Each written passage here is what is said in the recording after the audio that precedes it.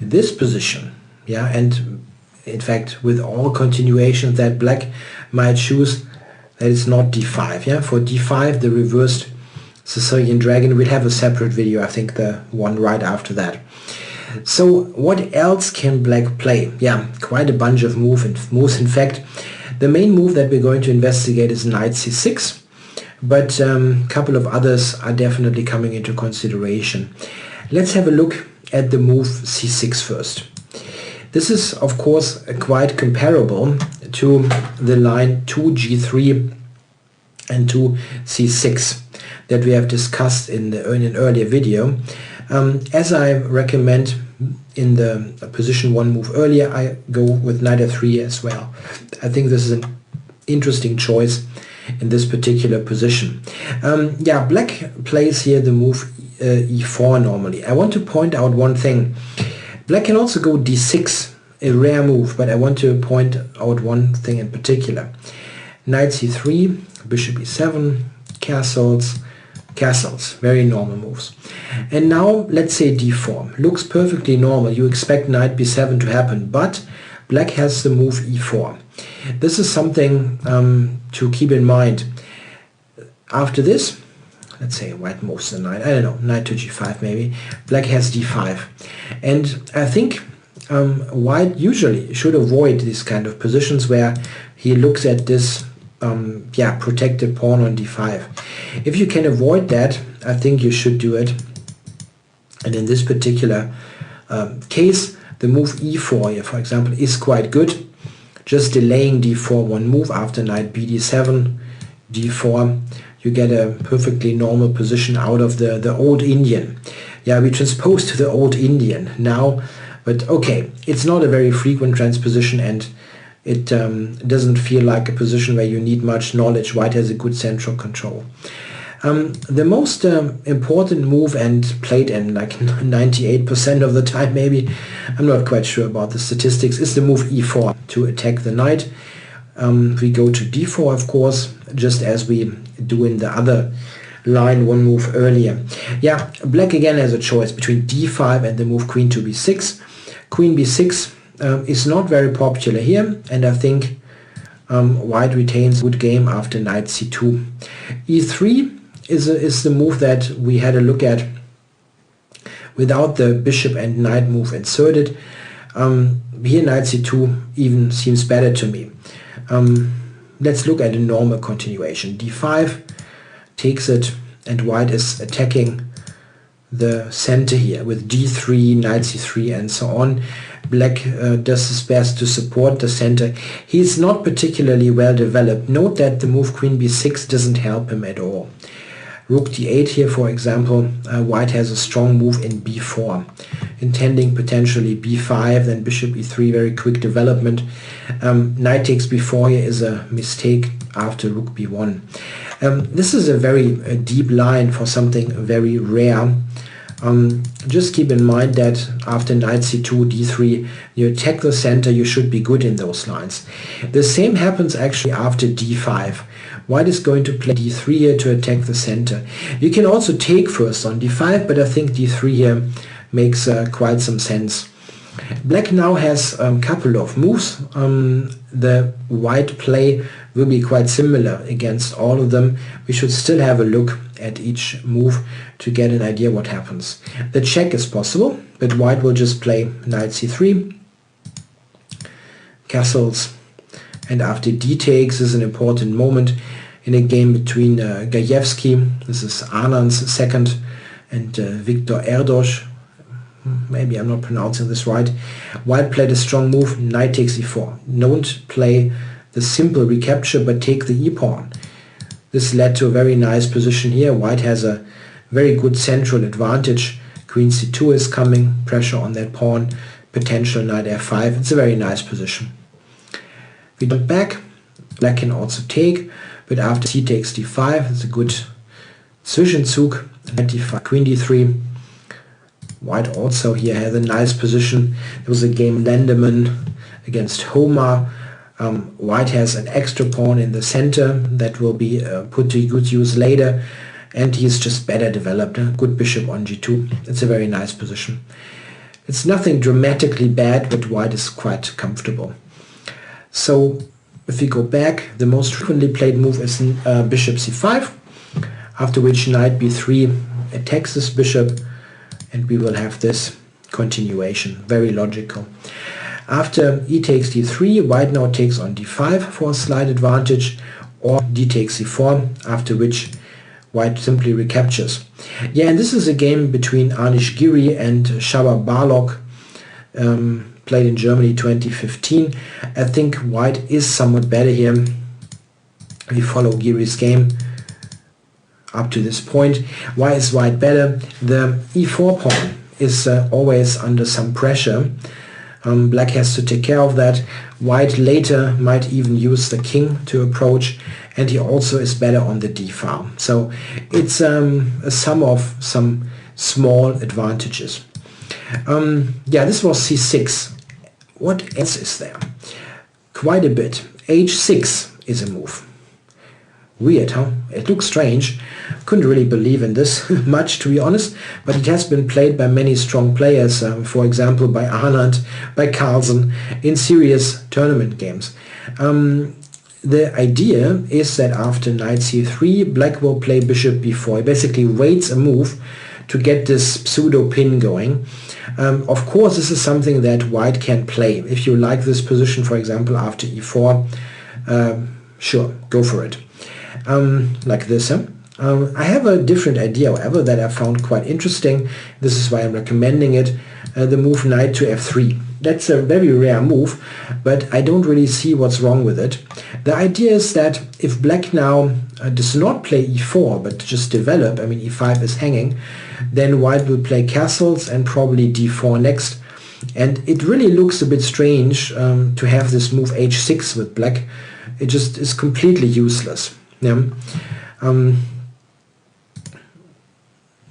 So this makes e4 the clearly critical move, after which we go knight d4, of course. This is quite comparable to 3c6. It's just that h6 is played instead of c6. Yeah, I believe white is better. 2 lines to show what I'm talking about. With d5 maybe, we will take and go back to c2. And here we see very similar play to the c6 lines. It's just that the pawn is on h6, which I think, as I said, often doesn't really help much. A funny line in this position here would be bishop h3 and queen to b3. How does black cover this? He has no good cover of that pawn. If he gives it up, we could have a very funny way of winning the queen quite early on. Yeah, so this is a very cooperative line. After knight e3, in all seriousness, white is better. Knight c3, queen c2, this is a weak pawn. Yeah, I think compared to the c6 line, this compares quite favorably for white. And with c6, even white is better, a little bit. Knight d4, knight c6 is a bit more tricky, after which I recommend to just go back and play next knight c3 to pressurize the center.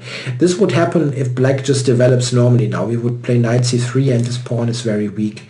Yeah, d5 is maybe the most interesting move, after which we'll take and open up the center quite quickly against black, who is somewhat underdeveloped.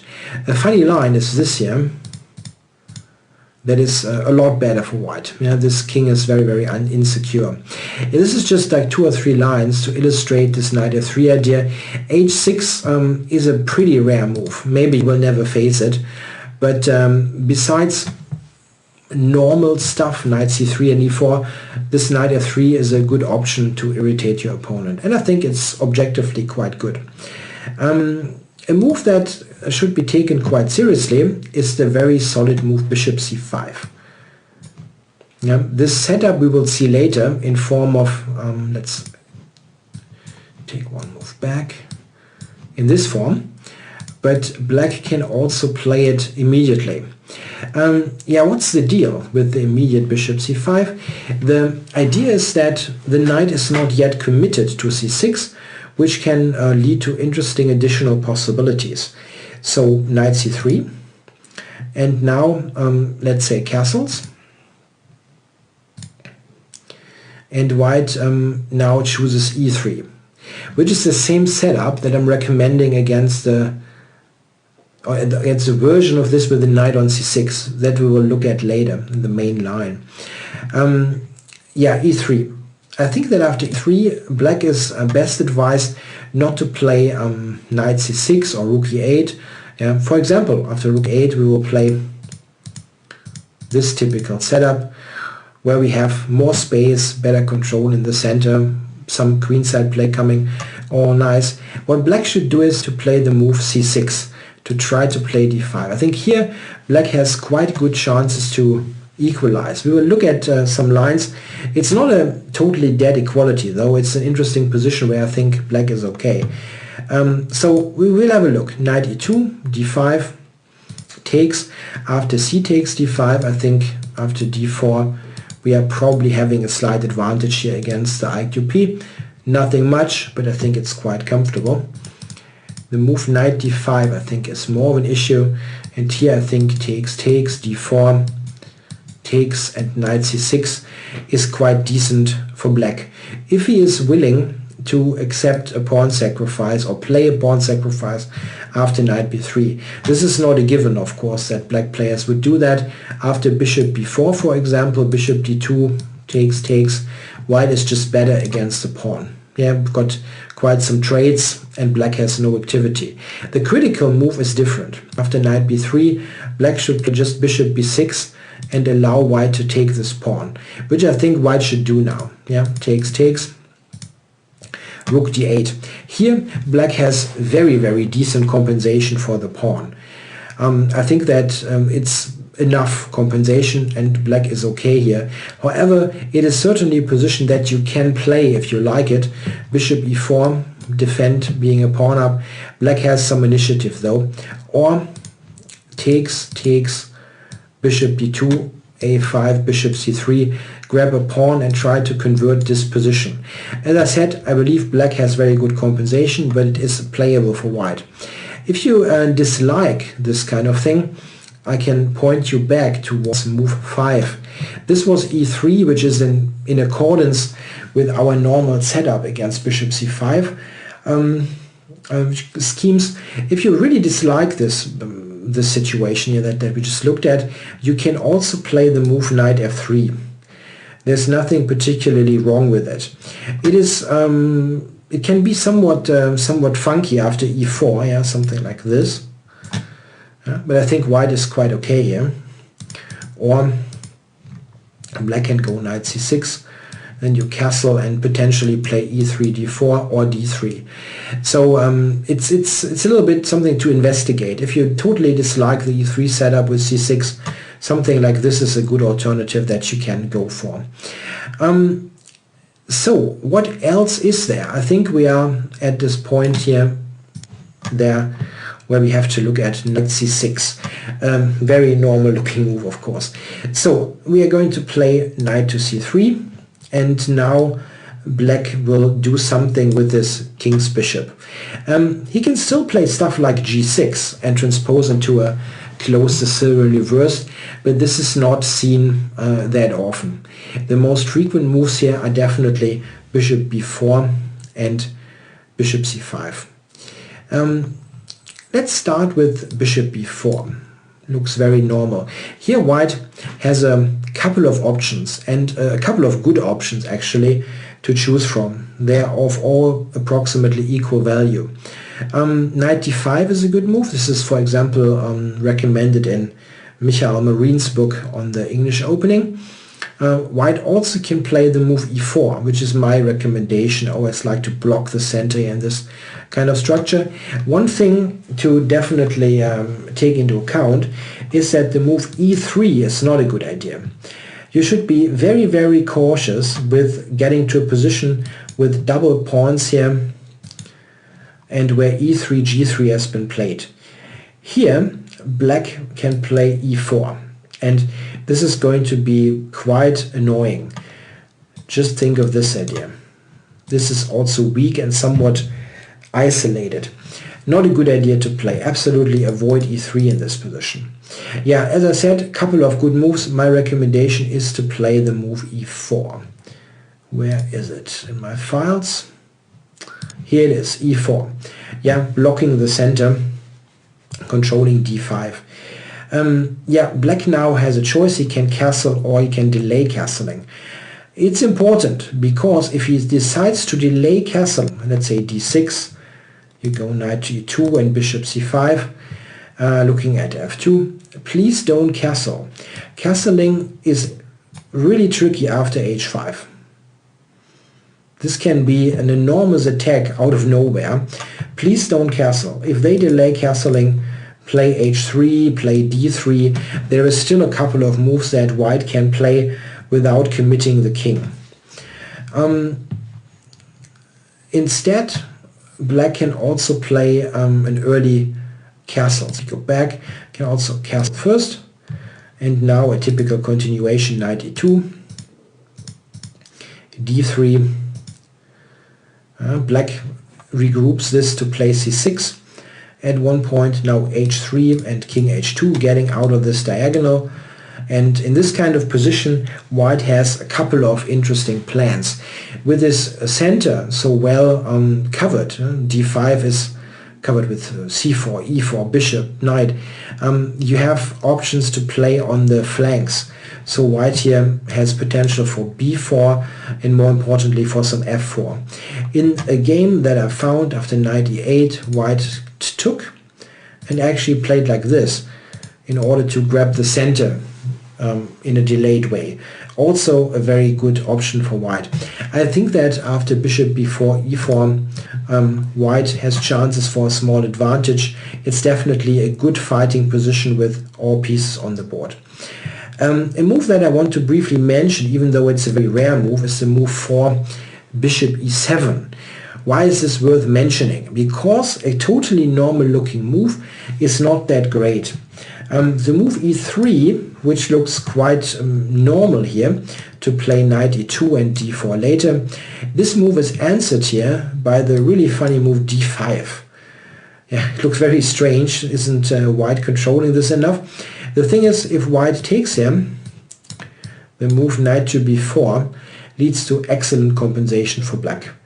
And this is something that should definitely be avoided. This is actually very comparable to bishop c5, e3, d5. It's something that we will look at later. So after bishop e7, whatever you want to play, play it, but let it not be e3. Yeah, instead knight f3 is a good move, or if you like e4 based setups, you can also play e4. Just not e3, please. So let's go back. Bishop c5 is the main move, and as I mentioned, the move e3, which looks totally normal for here and here, is answered by d5 here as well. Very strange, but black is fine. Takes knight b4 again to go into this square. The only advice is just don't play it. e3 is not good. My proposed line is to move a3. This does prepare e3 as b4 is covered. Instead, you can also play knight f3, which is Marine's choice in his books, and just go castles and then d3 and so on later. White also fights for a very small advantage that way. Okay, a3 is my choice. Now black has to decide between playing a5 or a6. I believe a6 is a bit better. After a5, white gets additional possibilities. For example, if we look through a totally normal looking line like this, we see that black, I think, would rather have the pawn on a7.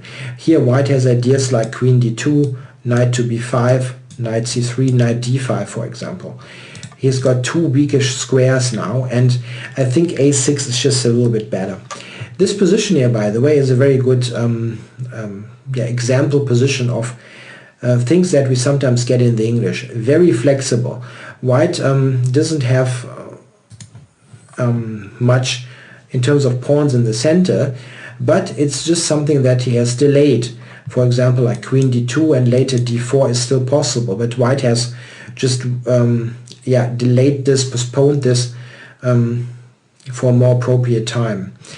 Most of the time after 5a3, black plays a6. And here I would go for e3, knight e2, and a setup like this with d4. Instead of d4, there's also d3. Not a bad choice, like knight e7, b4.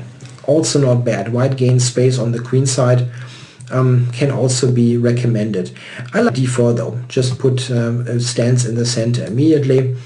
And now black has a choice. Can play rook e8 or taking on d4. Both can easily transpose. I just want to look at one or two examples. Let's say rook e8. We follow a game between Irina Krush and Alexandra Kostenyuk. h3, h6, b4, gaining lots of space on the queen side. And now in this game Kostenyuk played with bishop f5. But after a later g4 and knight g3, the American grandmaster had a very nice position here. I think with more space, those bishops, they don't look too great. Yeah, White has more central control here. Instead of rook e8, a little bit more usual is to take. Let's recapture. h3, often useful to control g4. And again b4, something like that. I think White can play maybe c5 here. Something like that is very solid for black. Black, I think, is very close to being equal here. But it is an interesting position. All pieces are on the board. So I think that White doesn't have any big reason to complain. After all, black didn't play any wacky moves there. He just played good, solid development. And why should we have a huge advantage?